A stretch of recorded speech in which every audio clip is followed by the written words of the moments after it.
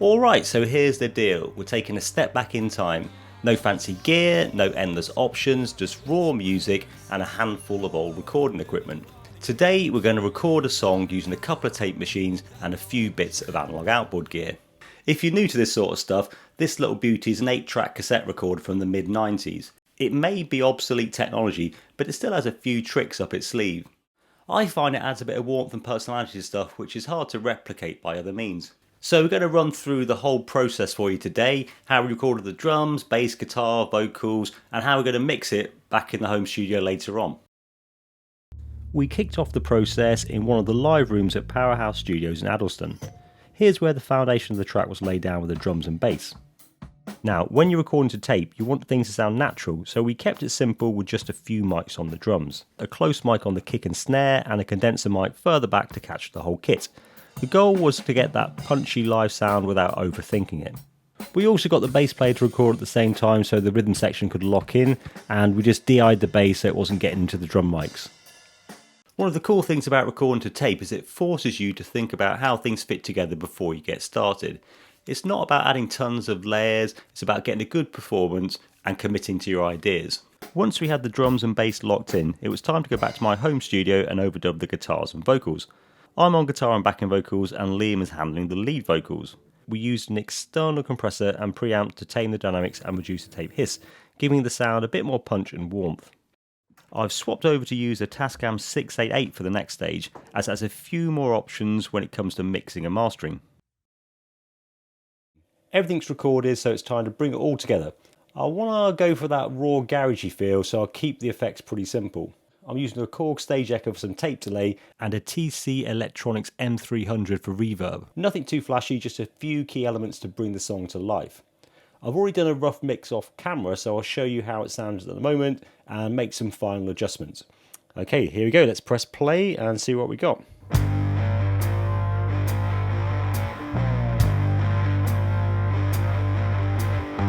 So we've got drums on the first 3 tracks, guitars, and vocals and bass on track 8. Water is seeping out of this place. I'm in love with anyone here who stays. I've got feelings that are electric, and I've got evil on my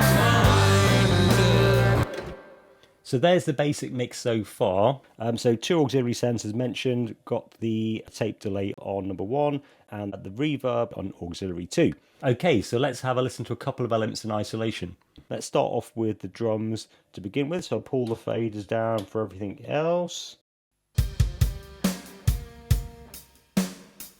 Okay, so we've got the kick on track 1. So there's a kick in isolation. Snare on track 2. Then on 3, we've got the room mic, which has also got some reverb on it there as well.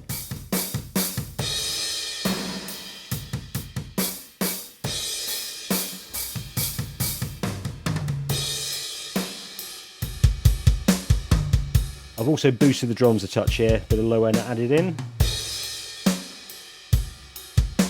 Okay, let's add the bass in now.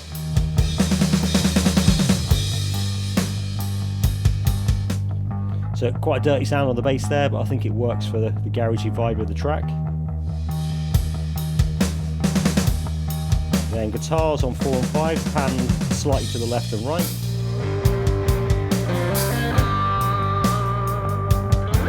And main vocals on 6.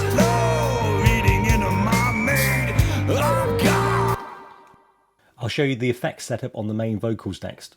So let's play that in isolation, get rid of the bass. Got evil on my back now, 'cause I'm alone.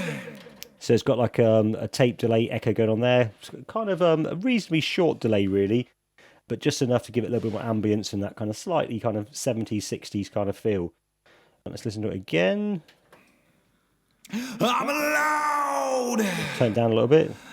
'Cause So that's by itself, without any effects. I'm so ready, so...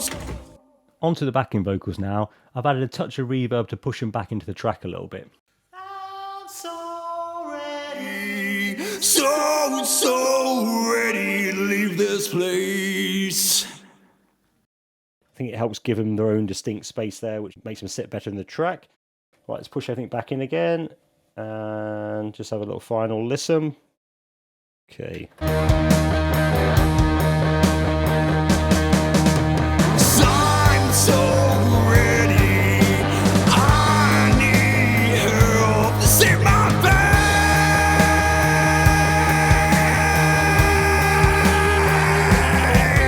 face. Alright, so it's not perfect, but there's a little look at what we've got going on with the mix so far. I'll do a few more tweaks. I need to do a bit more on the EQ, then I'll go for the final mix. We're going to record the stereo bounce to my Revox A77 reel-to-reel recorder. I recently got these nice looking old metal reels on eBay, which originally came from a 1980s radio station.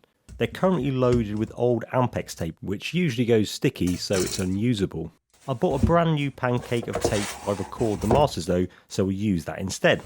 It was a bit of a faff swapping the new tape into the old reels, but it's loads cheaper than buying a new metal reel and tape from RTM. Anyway, back to the main point. I've just hooked up the 688 outputs to the Revox and did the mix at 15 inches per second. I also did a digital version simultaneously to see which one I preferred. Let's have a quick listen now and compare.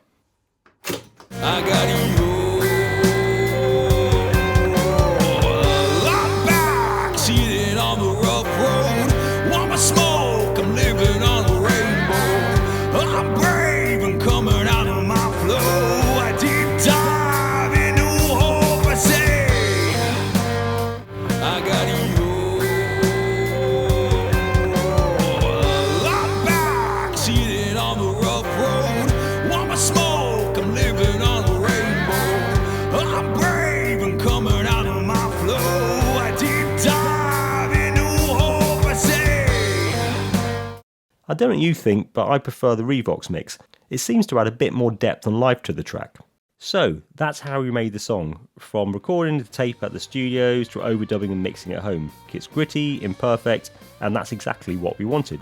If you want to hear the final result, it's now out on Spotify and all the other usual places. And hey, if you've liked the video, don't forget to comment, like and subscribe. Thanks for watching, and we'll see you in the next one.